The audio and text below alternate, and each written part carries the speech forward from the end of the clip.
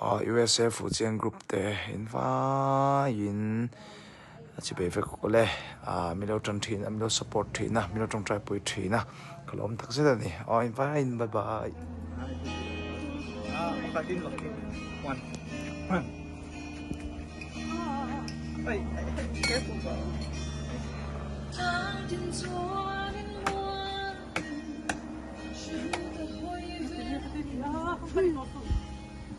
Đúng đấy.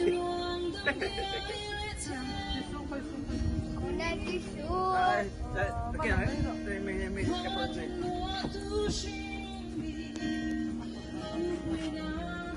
Hello.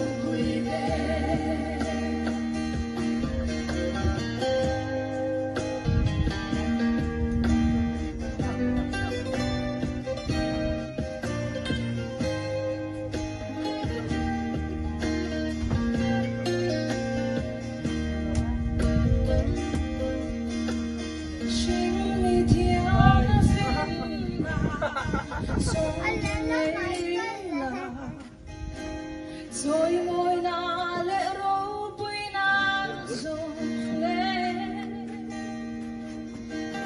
nắng rồi môi để ta đi em đang ca tháng lâu nắng phật thế sẽ hi cả tu bề khi dòng cứ dài sẽ lo mình xem tu